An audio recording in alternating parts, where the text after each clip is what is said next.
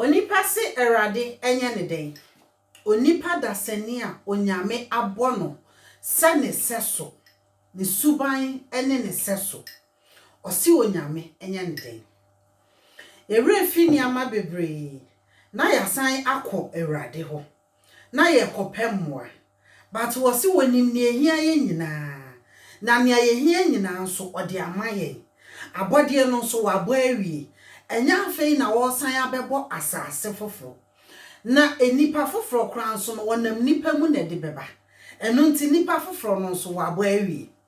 Enti wonipa si erade enya ne. Therefore, a very good evening to you. This is Grandma Young Lady, your favorite lady, and so you are my favorite people. We are on Life and Duties Ministry. Obrane abrabo esumu enayewo. Onipa daseni se erade onye ne dey.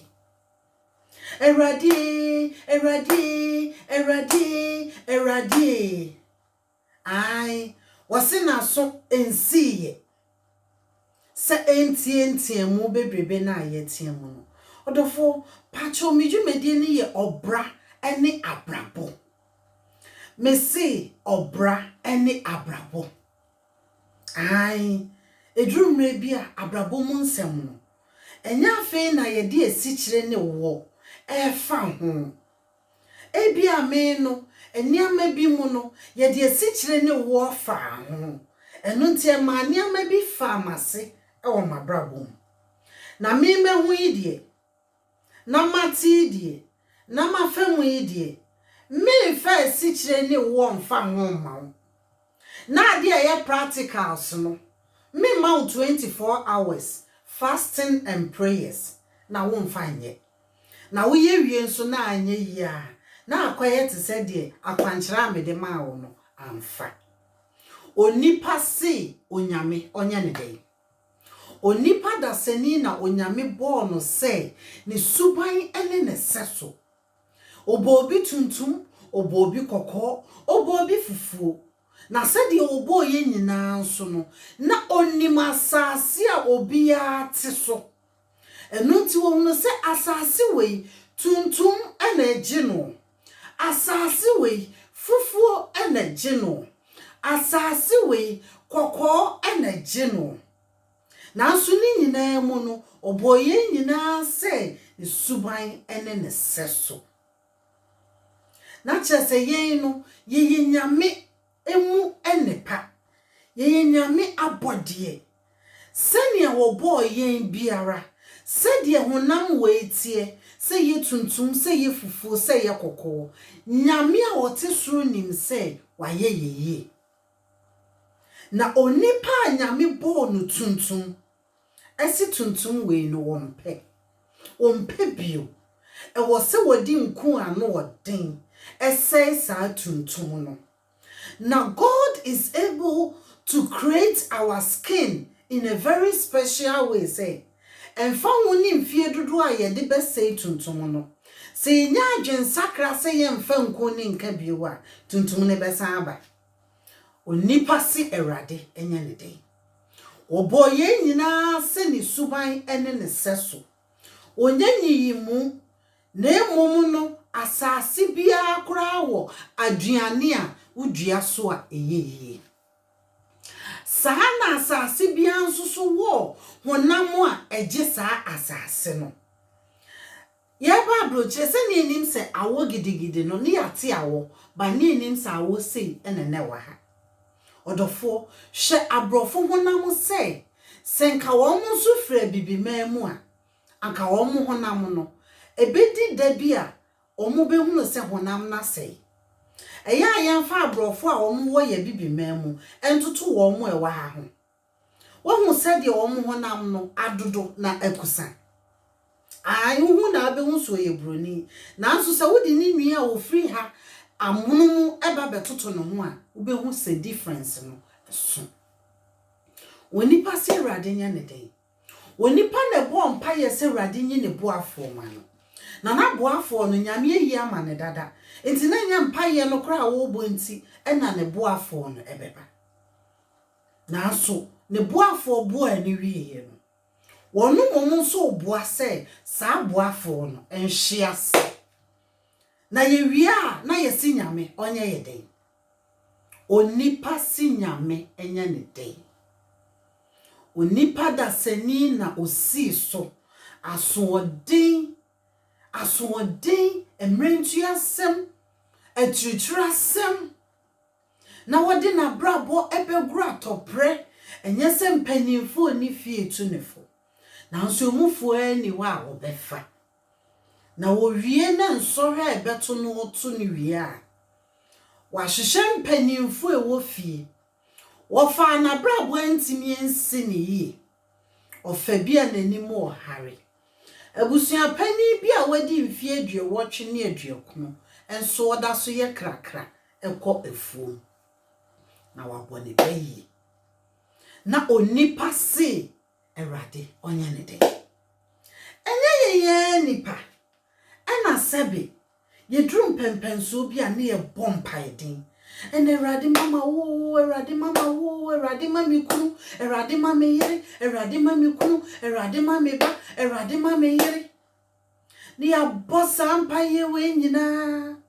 na ye re free say ye mboni asotwe bi ena ama ye mpa ye no ayetenten na emom ka boni fefri mpa ye na wose ye bo na yesu frɛ ye nyankopon bi o say Erade ya fom na fa ye mfom so kye ye Adam na nane ye ya fom ho na Adam and Eve wa na wo se wo pe obi aka wo ho na anko na mo ya na nyame ti ase na o ma wo suitable helper ba ya wentimi amfa futu enyame de amma wo anhye ne tirim wo etimi daada no ema aduaba anyame simamuni mukodi nyankopon frɛ no bisa ne ho asɛm no ɔse oba na wode ne maame no wanka se oba na me bisa wo na uhu me mobo ede ne maame no enu ntinya ne ene nipa ebe pe ye mfomso mu ne a wo hye mu kna wo ye Adam asefo onipa si Erade enye ne den oba na wode ne maame no na so nka na Erade pe mu a na ka woni wo Adam no mu ye enough esanse wodo na ne wo montamu no na ye sunko na wote ne na wote na semase na wonim na pede wa na wo san sunkru Erade so se Erade homemobọ na mma mememfem pade bi ampa oyi ma wo no esan ne nsohwe ne mfomso obaaye no Adam ka kire Erade se oba da wode ne maame sawo na chese nyame wamfa oba papa ne ma Adam se yetie mu ye dia sa na Adam opa akire onipa se Erade enye ne den enye wonipa mu na nyame yi kire bi kire nipa bi ana nam so no mu ye nkunimdifo na so mu wie ye no omo sesa nipa no omo fa omo nitwa asedi ye be wie asa akobọ mpaye odofo empaye ye wose ye mo mpaye da ye mre ho na yankon sure nanso se menu mienu ebefa 10 commandments enkwa wo Bible mu ade aboye bra kra na se yentimi ankan bibia bio na ye kan 10 commandments wo Bible mu a megidie ni se anka ye mi se Erade ni ama bebre because 10 commandments no e kan sem ni nyina o se do wo yonko se wo ho na se wo do wo yonko se wo ho a wo yonko boa wo ma wo nya nyina so a wo so no so ofefa na apese otwitwa na se na wo wi a na kinkire onipa se Erade enya ne den enye wonipa na onyame bo no esiesie ni nipadua ehunu se abodie ya me boy sei na me pese me design no esan say meyi nipa bi nso a mede bepe no na mani onyam no awie peye na say nipa yi de ne bobe ani na so ne onipa asori agina hwehwe mu ahwehwe ne ho ehunu niama anyame bo wo ne ho no nia entoyi nia ensem fata no nia enyefe nia nimonyam nim nia nunti ama na tomu wo ne fefo mu nia nunti ama na tosini wo ne fefo mu nia nunti mpo wo fin se no na ama na ntimi anko nanim ebi ne sei oba besi etimi ka se eto a woni nti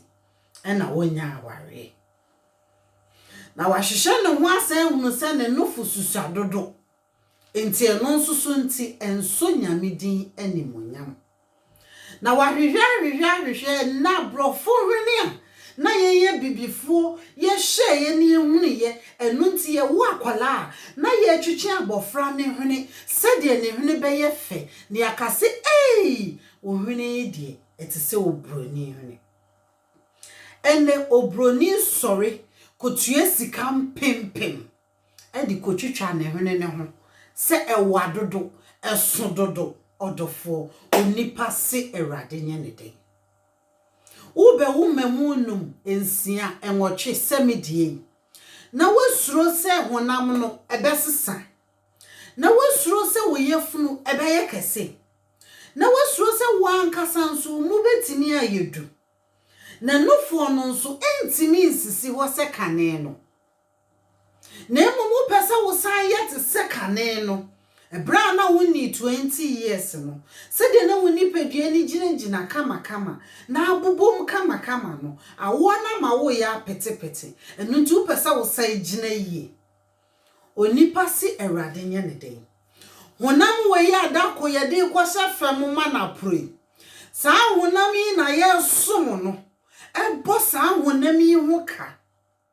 na onipa wi a o si erade enye ne den enne obi akwaje tuo a eni se woje eka ne nipadua ho ye nan bi ahode ewo mu no eto a ebetimi agina so no na nyame ode amawo na wo kotua mpempempempem na wakwaje tuo a enye wo bobia enye no na nyame de maawe se nipadua na ntimi enkuta saa tuo na odofo edie ne besie na onipa muwi enso na ne to pro won to a nyankopon ankasa abo a eno ankasa proda na so ne onipa tue sika mpempem ekoye to a eto na nye permanent emfie bi achi no se ye anyi na ya ansa anya ne fofra onipa ne nam otiase ewo mu na opro onipa se erade nya ne den enu nti ye kwaye mpani mfiesu ye nti ase se ye nim betwintwam na ye beto ye nananom no ye nnu se wo mo anim no omu nyini na etwintwam ye maame nom no omu nyini na omu anim honam no egogo na den ne onipa se na anim no drop dodo enu nti ye ntiti srade e wa ha nyina na ye nsan pagya na anim no ensi ho tisa abofra wedi 16 years enenti ubehu oba penimu na osele ase dolly sele ne nya natural mame 1 minute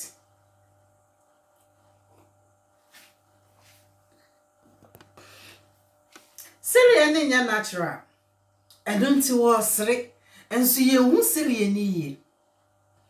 ade nyame boye bia ye hodofo se wo hwene ntimi anya tenten se wo yonko dia se de nyame hu se be fatawo ena obo ma woni nso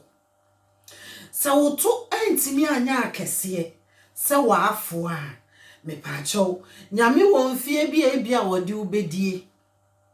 se ka wo ma wo sa to oni bia bia nka wonu se mfie ne so se wo ma wo sa to oni bia bia nka ni amabinti ebema wapomuden akofem ntem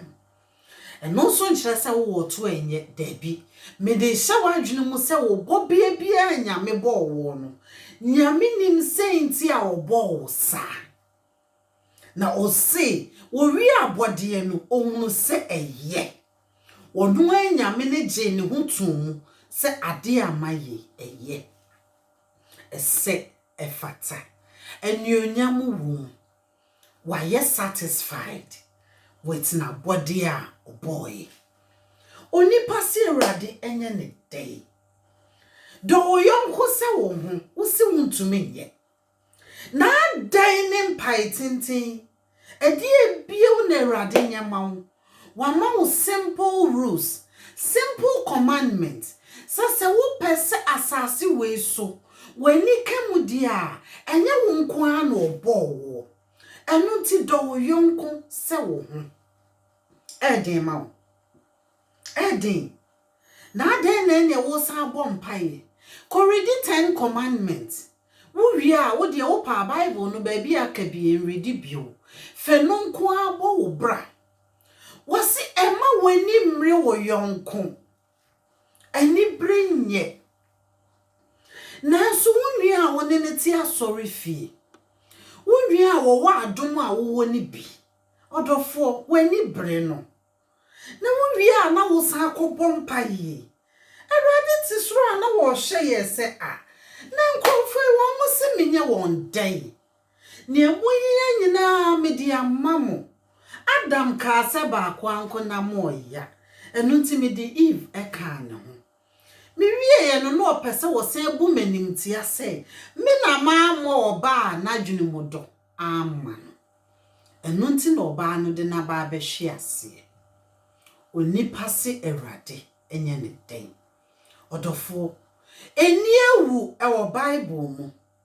nanso awudie nko a ne onipa e de esi ne so atorenchemu a ensem fata se ye bodi wo nyame fie eno nene ekoso atorenchemu a ensem fata se ye ti din krampo e wo ya brabo eno nene ekoso ememu wa wo mu ni mfie aduonu etimi kochi wo biba ekun no eto suitcase mu e de kwaji skedru odofo na wowie a osinyame enye ne den onipa sinyame enye ne den eni ewu yesi ebedi ewu na yewie a yesinyame onye ye den onipa tene ne nsa ehwe ni nua so na obu na tan a ase ni nua ne boni nyina yeyi video e ma ne hwe na ne referee se ono so wafun nanso yenkunu yensi na bo yemfa ne ntum yense no oba ni nie monto bo mo no na afi obi ye gina ho na nyamo na mukuta mo ba kese se mu besi oba adwamanfo yabo na woni na aye boni a ebi nsida enti monto na den na sese mu gina ho a mo aboba akeka mo nsem emu aten wase maye mu aten yo maye mu aten na emum yenyi aten tika hu se mefum yidie na senka wo mpe me ahwease pa de a emi senka wo beben me na watu me fo ene mate asem bi ma me widie mu a wose egome entafu mienu a mimi kodru Ghana me di omo ka me yufu ho na baako a wo mu atane baako mi hu na nam siye akolai obonifo peso de nsa ka akolai enti akolai mi ma ne nyira nanso odofo woji obi no so ma wonye na ede but it's good to try na baako de wodi mi aye maame na wonte me ho kasa me baby ko baby anopa ko obeba abebo me pono aka kire me se grandma me kwa haba o enwumre obedru fia obeba abebo me pono abechia me ne to nse didi akora ne de me ye ne ba da ko me bisa ne se na ade na wunwie die on pese obeben me wunwie no so na me hu se adwuma kese e wo ne ho wo de me hu wakoma na wie na wunwie na koma no Se yentimi anso saa akoma nimu a eniama bi da nanimu a manhye ye be ha enne due mate se ne nua no akoprizin aba odofo onipa si Ewurade enye ne den abofra ketwa sika ni sa akwala itimi de ne nsa ka watumi de ne nsa bom ama wanya aban amane abofra wo ko school wote mrondo so wote mpanimfo mu mesrewo afutuo ne ba afabi enyonyam kenya me se nkwala me koye onyame ma me boa wo mo ano besi nne kwala nyina da so temenka akwa ahodo so obi anye efiri moto na Yesu nti obi anye firi moto mentu anamon no wo me ankasa megidie mu mitu anamon no wo honhom kronkron akwankyere mu ni entafo me try se meka wo mo abo e wo youth club no nanso ba ko na wo prim na koma sa abofra no sika me kura me bewi ase minso muda akola ketwa no etimi de ne nsa abo na se wodidemu enenam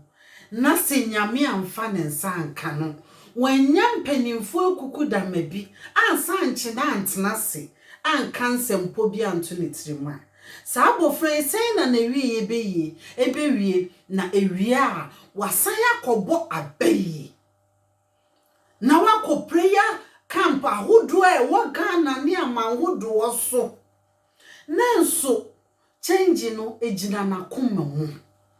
odofo menkase nyame ngusu nchange yen na se nyame beji yen agise ya gye ho gise ye make up your mind na yesisa ye mindset senya ye hu niama na de enye no yi ye hu free mu na ndi uwie de a ansa na wobebo sobo no wobeja to ho na wo de aseda ayeye ene nkanfo enuonyam ama Ewurade onipa si wonyame nya ne den onipa madamfo bi emre bi oba makwan mu na de meka na so obi ade na nante enye hwe na madamfo de metena se ka kire me se mata bompa ye ma me wate ni minya baba akopɛ minim se maye boni wo wiase na so ade mata me nko na maye Ewurade boni Ewurade ma me baba akopɛ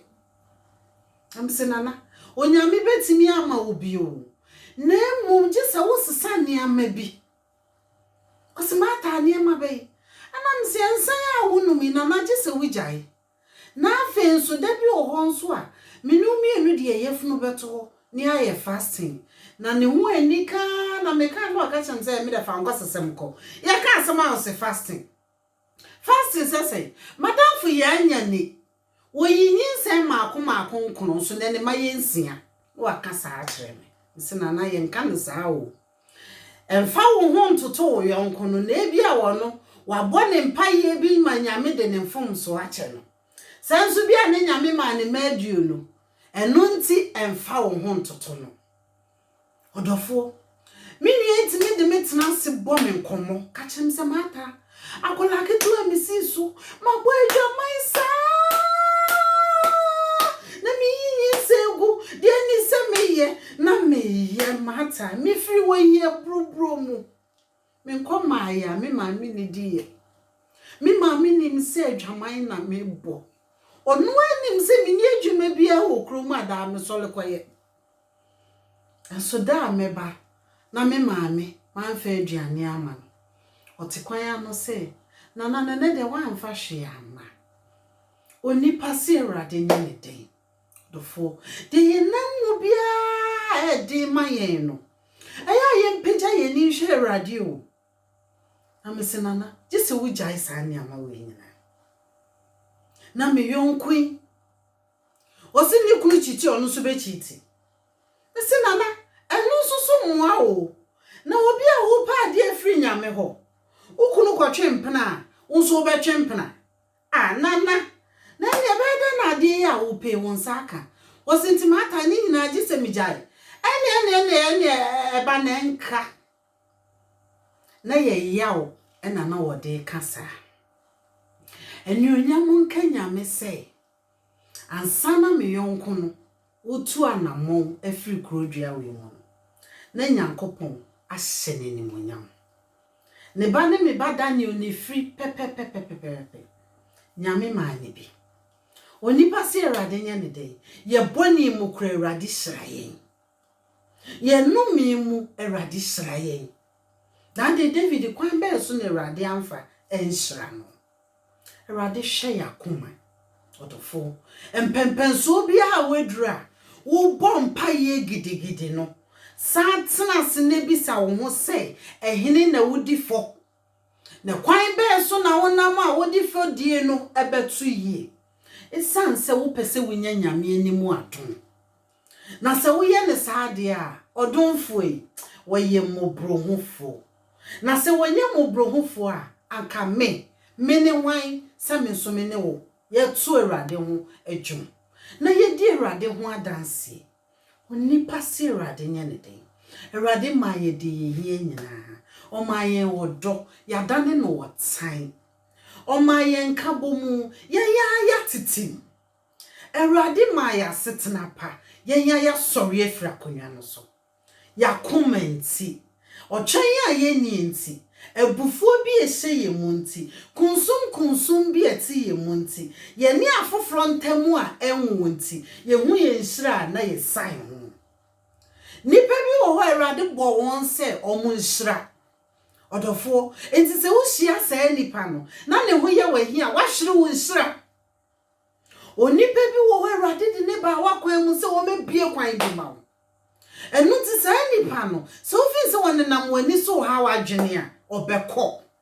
na wokọ a wo se Awurade onya wo den onipa se Awurade nya ne den odofo adwene ho na bisa wo ho se de na wo se Awurade nya ma wo